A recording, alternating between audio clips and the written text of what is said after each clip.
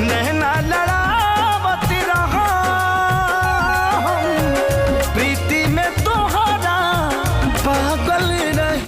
तो जी हाँ दोस्तों, बता दो भोजपुरी सुपरस्टार थे साई लाल यादव जी का बहुत ही कमाल था और ज़बरदस्त गाना रिलीज़ होने वाला है, जो है बोल राधा बोल फिल्म था। जी हाँ दोस्तों, फिल्म का गाना है जिसमें थे साई लाल यादव, मेधाश्री लीड रोल में है और उसी फिल्म का एक बहुत ही प्यारा गाना है जिसका नाम है तू मुरली बजावत रह। जी हाँ दोस्तों, तो पोस्टर पर थोड़ा गलत लिख दिया है इस नाम को और बजावत रह लिख दिया है बजावत रह, और उसको आप लोग मैनेज कर लीजिएगा। और इस गाने को कल सुबह वेब म्यूजिक के ऑफिशियल यूट्यूब चैनल पर रिलीज़ किया जाएगा 6 बजे वीडियो सॉन्ग, तो आप लोग ज़रूर देखिएगा। खेसारी लाल यादव, मेधाश्री जी का, और अभी खेसारी लाल यादव जी का एल्बम नहीं रिलीज़ हो रहा है, तो ये भी गाने एल्बम की तरह ही आप लोगों को सुनना है।